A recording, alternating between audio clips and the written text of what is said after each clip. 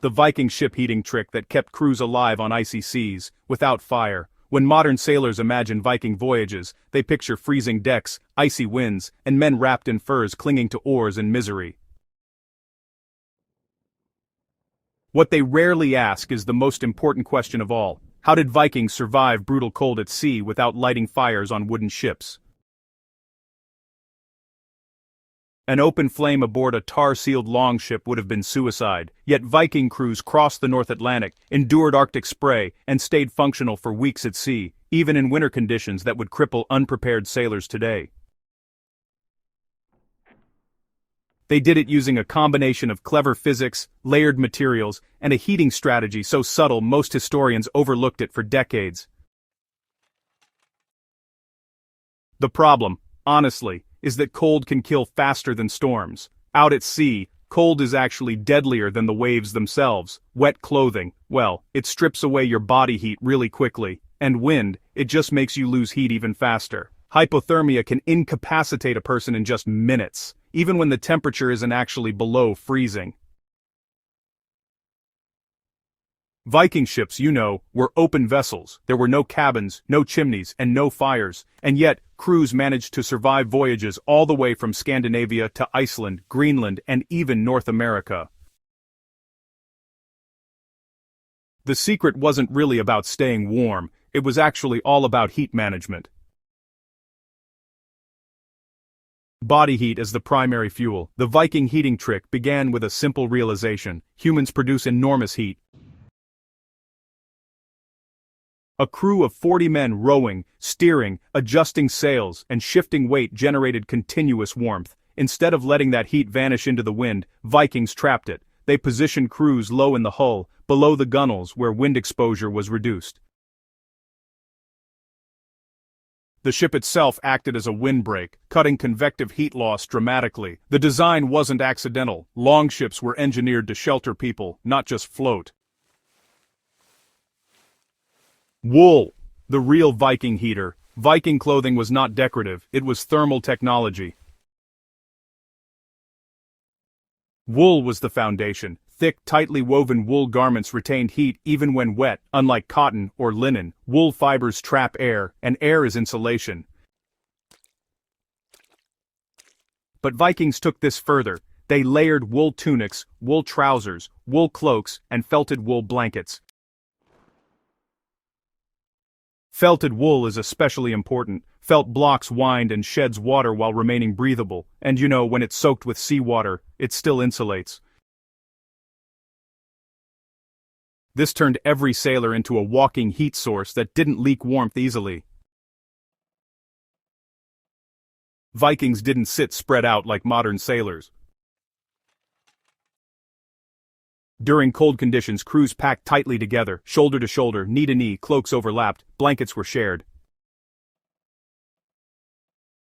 This created localized heat pockets where warmth accumulated instead of dispersing. It's the same principle used by penguins in Antarctica, and modern survival experts still teach it today.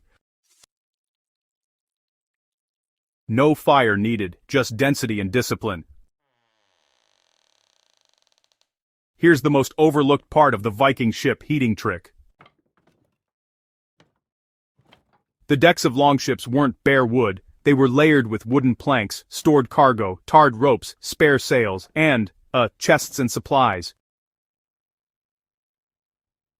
These layers acted as thermal mass. During daylight hours, even the weak winter sun, the dark tarred surfaces absorbed heat. That warmth radiated slowly back upward long after sunset. The ship itself became a mild heat reservoir. In extreme cold, Vikings sometimes used heated stones but never openly.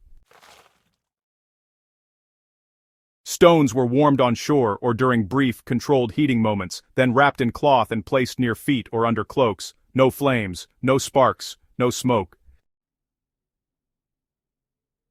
This method added warmth without risking the ship, and was used sparingly, only when conditions were severe. Stillness kills in the cold. Vikings understood this instinctively. Even when not rowing, sailors adjusted rigging, shifted positions, bailed water, or changed watches. Movement maintained circulation and heat production. So cold crews worked, warm crews survived. Viking ships were, narrow and low. High freeboards would have caught more wind and spray. Instead, the low profile reduced exposure. Leather covers and sailcloth were sometimes stretched along sections of the gunwale to block wind during storms or cold crossings, creating these temporary shelter zones. Again, no fire, just smart airflow control.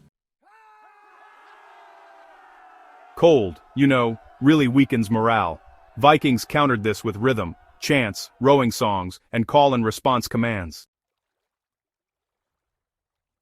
This wasn't just tradition, it actually regulated breathing, synchronized effort, and prevented fatigue-induced heat loss. A focused crew, honestly, stays warmer than a silent, exhausted one.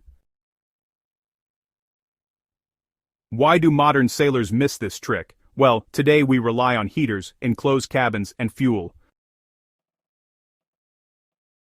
Vikings relied on system thinking. Every part of the ship, clothing, crew behavior, and movement worked together to retain heat. Remove one element, and the system fails. That's why modern recreations often underestimate Viking resilience. They miss the invisible heat. The lesson the Vikings left behind: Vikings didn't heat their ships, they engineered survival. By trapping body heat blocking wind using wool intelligently and designing ships that cooperated with human biology, they crossed some of the coldest seas on Earth, without a single flame. A forgotten heating trick, hiding in plain sight, still relevant today.